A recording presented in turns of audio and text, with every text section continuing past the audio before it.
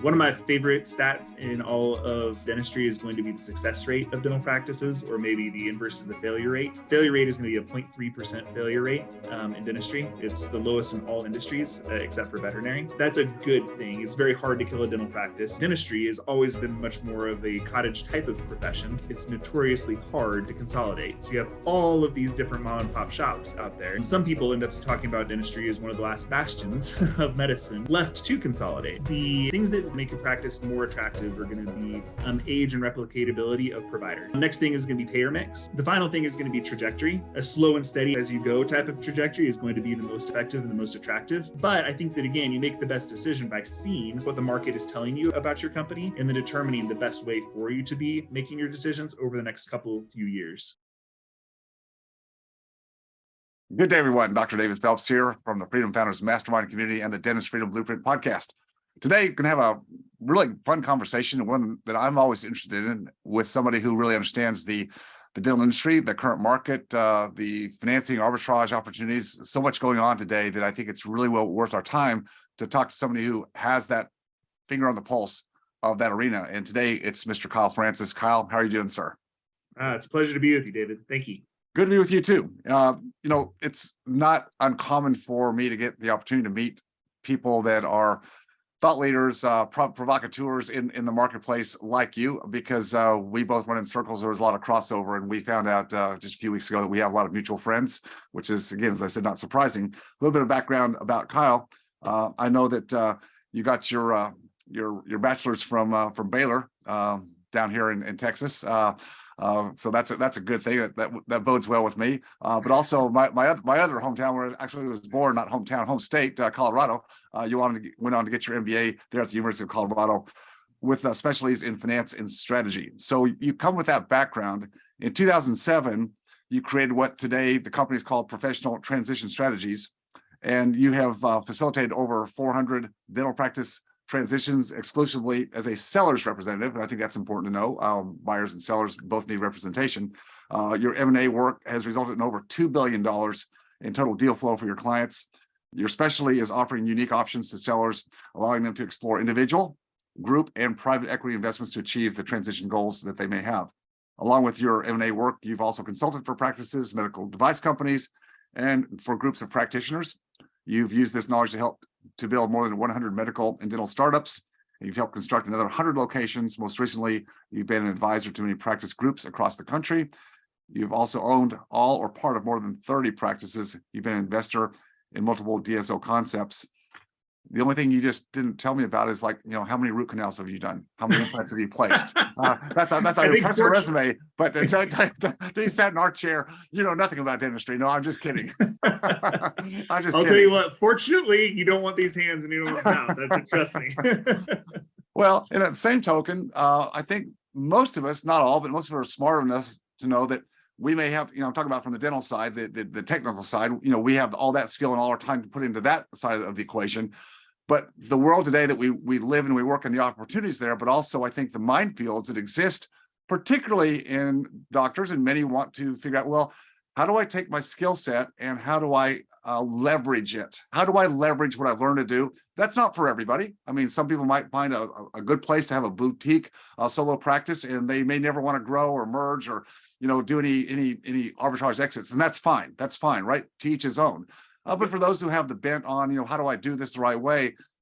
It's not a place or a space where you want to just go out there and throw it to the wind and see what you can do. I think having advisors, consultants, people who have been down the pathway and can give advice is the key. And that's certainly something that you have all that experience in doing from many different facets. So let me start in, Kyle, by asking you this question. 2007 was when Practice Transition Strategies was basically formed. So that was right on the crux of the last great recession, the financial recession that everybody had to muddle through, get through to the other side. And then since then, coming out, say 2009, 10 and on up, we've had this great expansionary economy for lots of different reasons, but let's just say it's been expansionary. My forte is more in real estate. Yours has been more in the practice expansion opportunities with private equity. What do you see? What are we sitting on right now in terms of the overall global economy and the economics right now today as opposed to what we now can look back retrospectively on 2007? Are we in a different place, still an exciting place? What do you see on the horizon?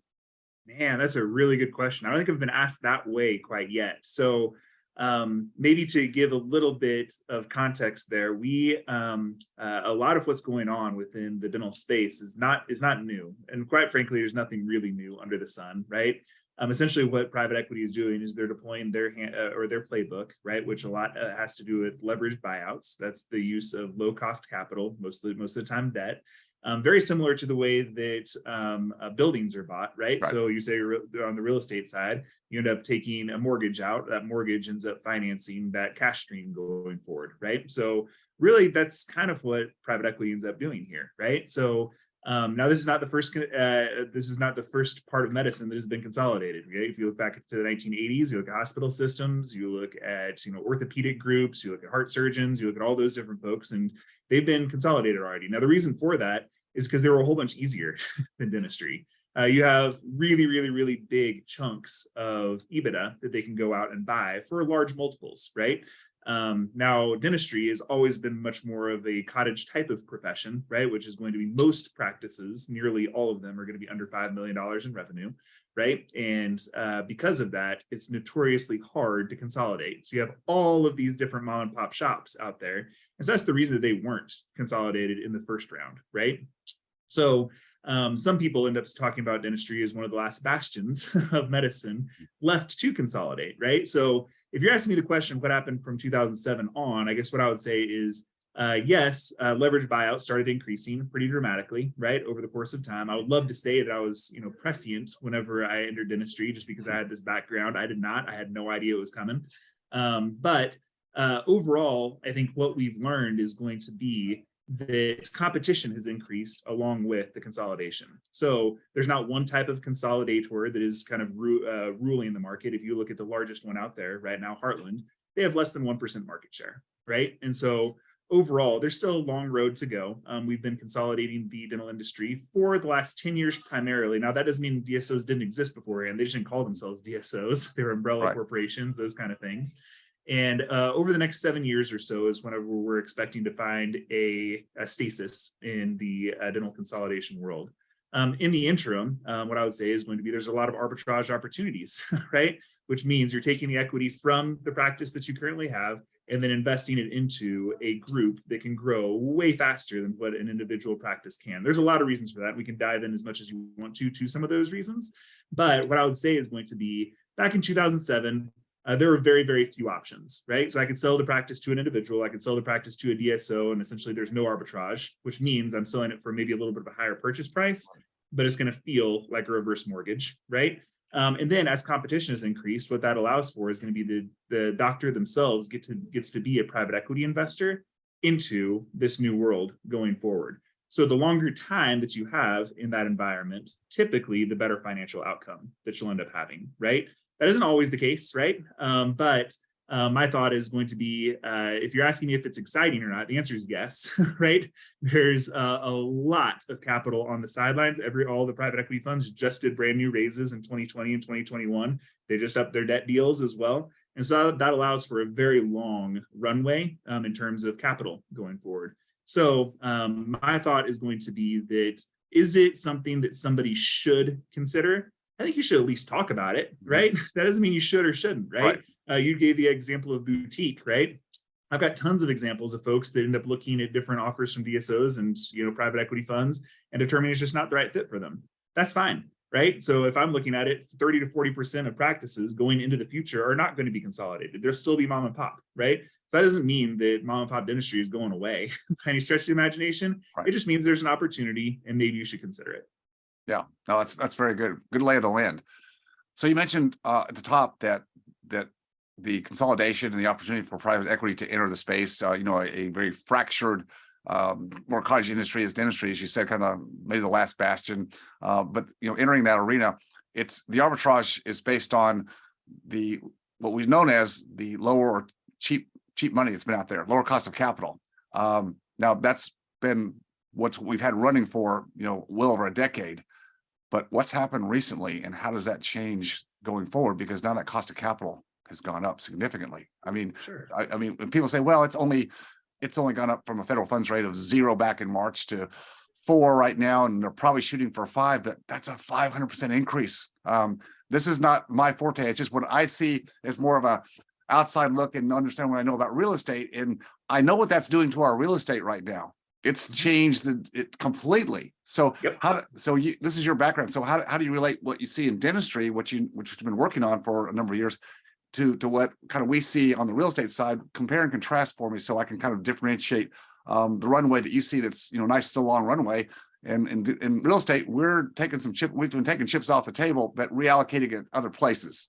Yep, absolutely. Well, so if you look at the original consolidation within medicine, it was done in a much higher rate environment than what we're looking at this moment, right? So if you're looking at the 80s and 90s, it was a much higher rate environment. Yes. If you look at whenever I started within dentistry, it was still a higher rate environment at that point, and these types of leverage buyouts were still going on. And again, dentistry is just one of the hundreds of industries that have gone through a consolidation wave. What I'll tell you is this, is that whenever you do a leveraged buyout, yes, you're levering a certain amount of debt on a practice or on a business, whatever it is that you're purchasing.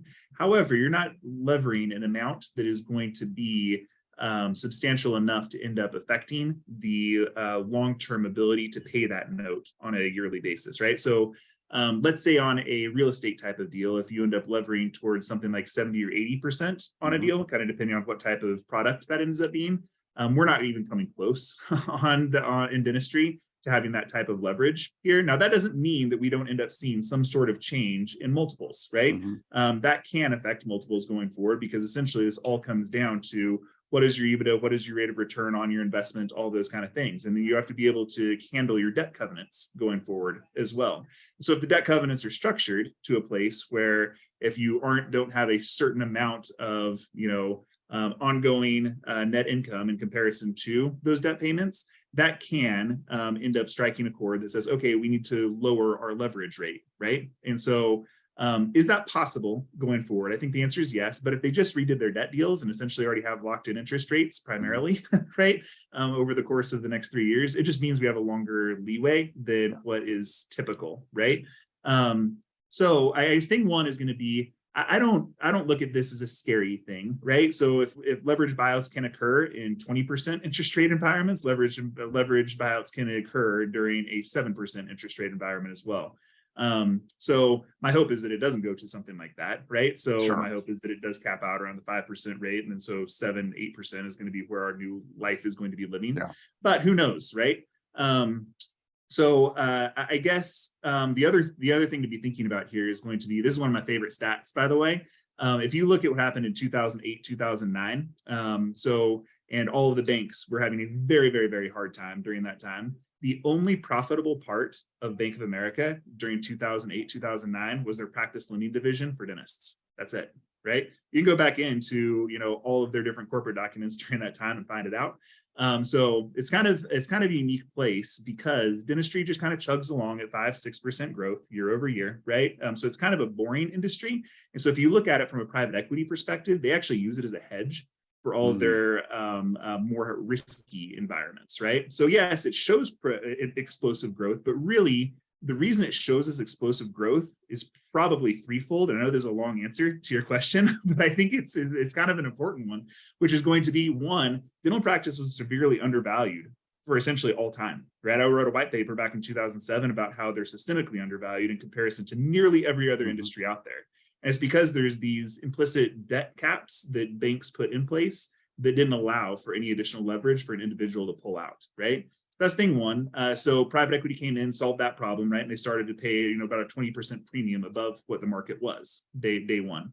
Along with that, what we found is going to be, as the speed of the consolidation ramps up and the competition ramps up as well, that ends up increasing the multiple that can be paid, because the multiples for the large companies end up being paid in greater proportions as well.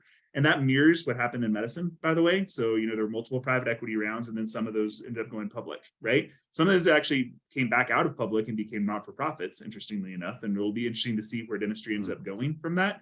But I would say that, over the next couple of years, there's a very, very high likelihood that there will be multiple private companies going public in this space as well. And it's something that's already been talked about a fair amount, but that's also going to drive multiples, because then there's even more arbitrage that can be gained, right? Sure. So my thought is that, again, we have about a 7-year time horizon for that purpose. It will be interesting to see what interest rates end up doing. I would say that the biggest, the folks that will feel that the most are going to be the practices that are a little bit smaller, because most likely they will end up be paid a smaller sum just to be able to fund that overall growth. So that way the arbitrage doesn't hurt on the back end as much, but we'll end up seeing the way that it ends up working. We have not seen any sort of multiple decrease to this point, but it could happen. We just haven't seen it yet. That's very, very helpful. Very, very good context.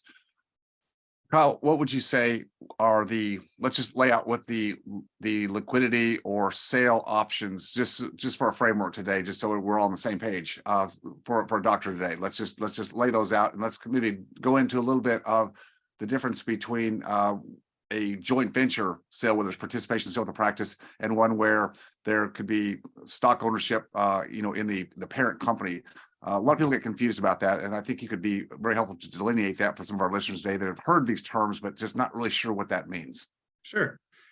So originally, whenever I started the company, there was essentially one option. If one doctor wanted to retire, I sell it to one other doctor. We end up getting it appraised by a broker or a bank, and essentially give that amount. So let's say we're talking about a $2 million practice with $400,000 in EBITDA, or $1 million going to the doctor on a yearly basis.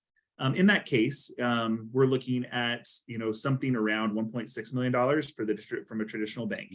If we use the old Mercer type of transition, which, by the way, still works, right? So there's nothing wrong with it at all. You can still sell 50%, 33%, 33% going forward. That model does work, and you can lever that up from $1.6 million to around $2 million, dollar on dollar revenue, right? So that's a good way of increasing liquidity in that way, but it takes a little bit of time to do that, right? So it's typically going to take you 5 to 7 years in order to have those different things happen, because there's multiple loans that need to be paid off or refinanced as you go, right? The next way is going to be, let's say that you end up selling all of it to a DSO, that you're looking to retire earlier rather than later. You don't really care about the equity arbitrage, all that kind of stuff.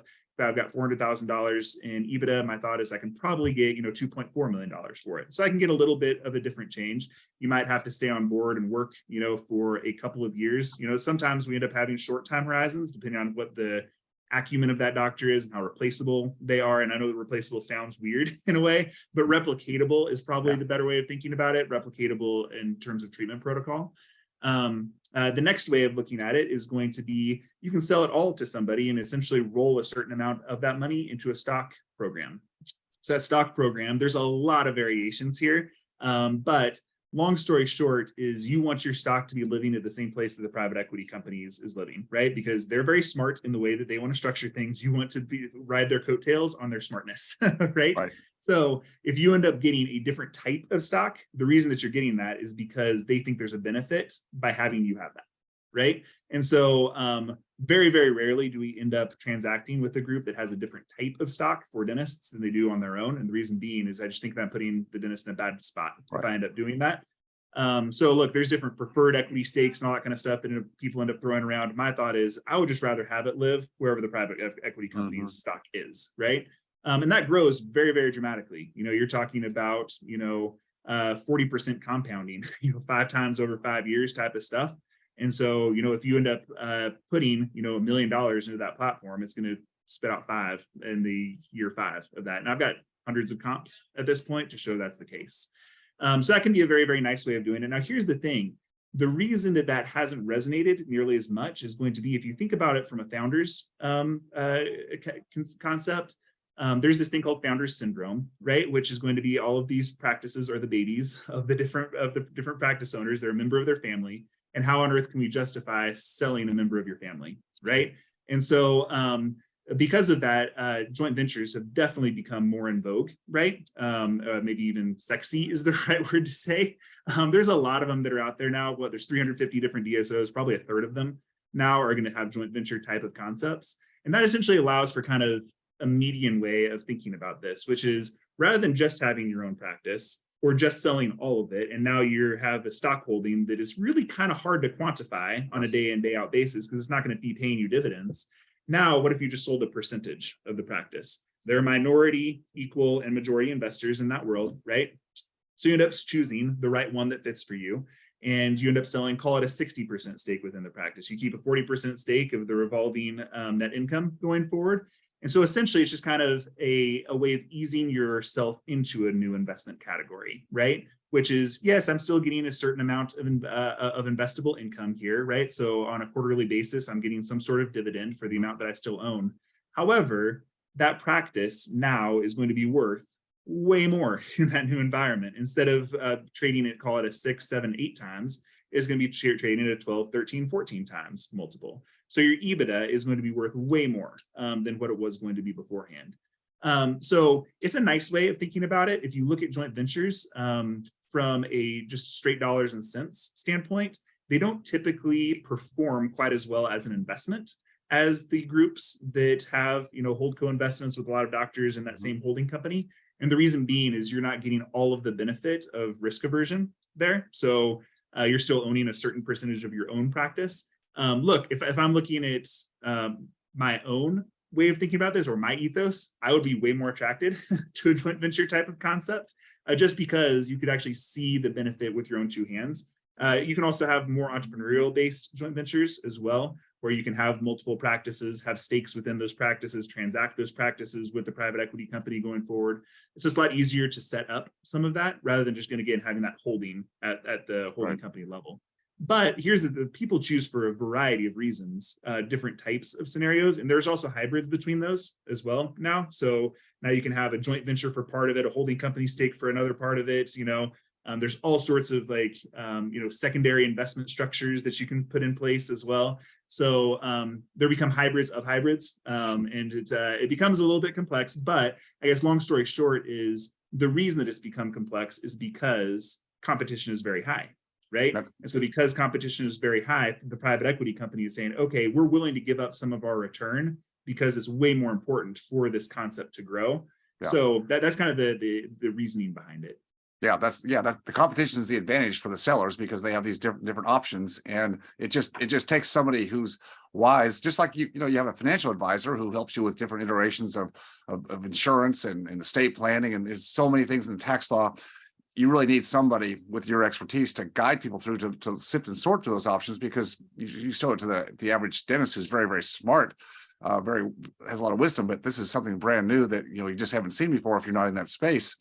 Coincidentally, I was having breakfast with a longtime friend of mine, not in dentistry, but actually in dermatology. And maybe dermatology's been out there consolidation a little bit ahead of dentistry. I don't know, but he sold out to private equity 7 years ago. So, some time ago, and didn't really have any help doing it. He took a 50% of the sale price, on the front end, and took 50% of stock ownership in the holding company. That stock ownership has gone to zero. Now, I won't go into details. Yeah, to zero. Now, so the reason I tell that story is not to scare people, but what can you help sellers do to look at the strength of that parent company? Look, there's long standing, as we know, private equity that's been out there doing this for a lot of years, right? And there's some that are private, some that are public, but getting inside their books and seeing what they are. But there's a lot of new kids on the block is what I call them. How do you help a doc assess that aspect? Because the offers can look really good, but again, I'm not saying everything happens like this one, but this was a sad case where he's lost half of his practice price, and that's gone. That's unbelievable. Okay, well, so I'm definitely gonna answer your question, but what I would also tell you is that one of my favorite stats in all of dentistry is going to be the success rate of dental practices, or maybe the inverse is the failure rate. The failure rate is going to be a 0.3% failure rate in dentistry. It's the lowest in all industries except for veterinary. So that's a good thing. It's very hard to kill a dental practice. Typically, it's like the 4 Ds: death, divorce, diagnosis, and disability. But beyond those things, it's really hard to kill a dental practice. So if you look at the success rate of DSOs from transaction to transaction as well, they end up going at a clip of about 97% over the course of time as well. So that doesn't mean you're 100%. There's no such thing as a risk-free investment. That doesn't exist, right? However, if I look at it from a risk profile standpoint, the chances that a $2 million practice single provider is a more or is a less risky scenario than 100 providers batched together is very, very slim, right? But all that being said, they can fail, just like anything can fail. So in answer to your question, the way that we end up looking at things is going to be based on a couple of key indicators. The first one is going to be, do the groups end up doing what they say they're going to do for the doctors that we work with, right? And I know that's a really low bar, but integrity means a lot, right? And so if you say that you're going to do something, which means I'm putting out a purchase price, I'm putting out an LOI, we're going through a due diligence process, we're not changing the deal, right? We're going through and actually getting the deal done to the specs that we had. Thing two is going to be, what is the track record of that group, right? And then if the track record is very, very short, then essentially we're increasing our risk profile on that. So as we go through, we typically put everything on a scorecard. That's so like, let's say that we have that same practice, $2 million, $400,000 in EBITDA, and we end up getting interest from 30 or 40 different groups on it. We end up narrowing it down to the top 5, 10 in order to introduce to the doctor based on what we think that they're going to be interested in. And we get offers from 7 of them. We get offers from 7 of them. One of the things that we do is a risk analysis on each one, right? Which is going to be, have they gone through transaction or transactions, plural, in the past? How good were they for the doctors that they ended up working with? Did they do what they said they were going to do? How easy was it for the doctors to end up exiting into the future as well? And retention rate. Retention rate matters a whole bunch, right? So how often are doctors exiting from that platform, right? So if you have happy doctors, they're typically going to be willing to stay with you for quite some time as well. And our average age of client is 41, by the way. So we want doctors to be able to continue on for as long as they want to into the future. So in answer to your question, we end up having a sorting process that ends up being where all of the different groups have to vie for the doctor's attention by putting out, dramatic offers, thing one, and then things that they can be able to show that they can do on the back end. And if they can't show that, then most likely what they have to do is lever up in order to become attractive enough, right? Because then the risk profile changes, right? So let's say there's a group out there that has, 10 practices, maybe they just got their first family fund investment, right? And none of their doctors have ever gone through a recap, right? In that scenario, that is a riskier situation than Heartland with 2,200 practices, right? Now, I'm not saying Heartland's the right choice by any stretch of imagination, but what I am saying is going to be, it's a worthwhile discussion to consider the pluses and the minuses, right? And then what we want to know is going to be, where is your funding coming from? How much of a runway do you have? What is your goal over the next 3 years? What has your trajectory been to this point? What is your acumen in terms of an operator? All of those kind of things, right? And so all of that goes into our risk analysis that goes on our scorecard. Great answer. Last question. What are some of the attributes that a doctor, owner of a practices? What are some of the key attributes? I know there's a whole laundry list of things that you could give, but what are some of the key attributes if someone want to make their practice potentially more sellable in whatever formula or structure? What would be some of the things that the doc should be thinking about? And I know that as part of your consulting, when someone comes to you, it's like you'll help them with a list of things that they can do to start enhancing and getting them ready to put out to the marketplace. Yeah, when we do, and by the way, we don't charge for that. I think that I have a hard time giving very much advice until we understand what the practice is, So, but in answer to your question, so we work with sometimes folks over 5 years trying to come up with the right type of transaction structure, right? But the things that can make that make a practice more attractive are going to be probably as follows. Thing one is going to be age and replicatability of provider, right? And so if you are someone who happens to be 70, right, in comparison to somebody who happens to be 35, there's going to be a different type of risk analysis going into that, right? Especially if that person is specialized in doing, all on 4 dentistry and TMJ work, right? So then suddenly it's like, okay, who on earth do we put in here to replace this person's acumen, right? That may be a really, really, really high cash flow practice, but the amount of buyers end up shrinking dramatically whenever we end up looking at that. Next thing is going to be payer mix. So payer mix is going to be, if it's a PPO style practice, that's going to be very, very replicatable in general. If it's fee for service, that would also be very attractive.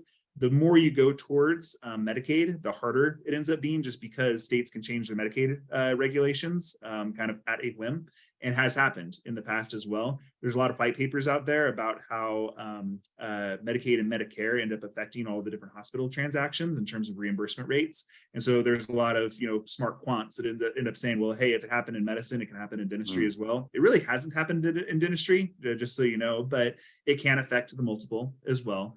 The final thing is going to be trajectory. So, kind of a slow and steady as you go type of trajectory is going to be the most effective and the most attractive. So if you're growing by something between 5 and 10% per year, that's going to be typical or typically very attractive. If you end up having it being in stasis, falling, that's obviously the least attractive.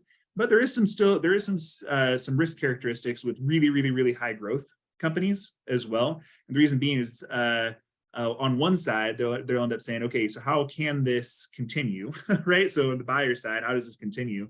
And on the seller side, they're going to be worried about, am I selling too early, right? And both of those are very, very reasonable, right? And so, but I think that, again, you make the best decision by seeing what the market is telling you about your company, and then determining the best way for you to be making your decisions over the next few years. The final thing is going to be location, right? So if you are going to be in a larger metropolitan area, again, it's easier to recruit there, those kind of things. So if you happen to be in a smaller environment, then typically what is really, really great from a multiple standpoint is that you already have another person in there, right? And so if you're a single provider in a very small area, again, multiples get decreased just because they worry about how they're going to be able to find somebody to take that over in the long run. So anyway, I think that those are probably the biggest things to be thinking of. I would not worry, by the way. Lots of people talk about, decreasing supply spend, decreasing payroll, all that kind of stuff. My thought is that your practice is your practice, right? I don't necessarily prep for sale on that kind of stuff. Some groups will end up giving you pro forma projections on like what they think the practice will do over the course of time. And you can recoup a whole bunch of that by getting earn ups into the future. So there are ways of making that kind of level out where I don't necessarily worry about the minutia very much, unless there's just something that you want to do in anyway. If it's a strategic choice to focus on certain expense categories during that year, well, then do that. But I wouldn't do it because you're going to be prepping for sale. Yeah. A lot of really good advice, Kyle. I think this is a great conversation, and I appreciate your time doing it. So Kyle Francis, Professional Transition Strategies. Certainly you need somebody in your corner to help you, even if you're thinking about, or should you just, get an idea of what your run rate may be in your career in dentistry. It's never too early to jump in and have those conversations, correct? Look, I think beginning with the end in mind is key, so the earlier you start, the better off you end up being. Absolutely. Thank you so much, Kyle. Yep, thank you. If you enjoyed watching or learning from this video, please leave a like and subscribe to my channel for more content. If you have a question about any of my content or this specific video, just please leave a comment down below. And as always, stay focused on your freedom. I'll see you next time.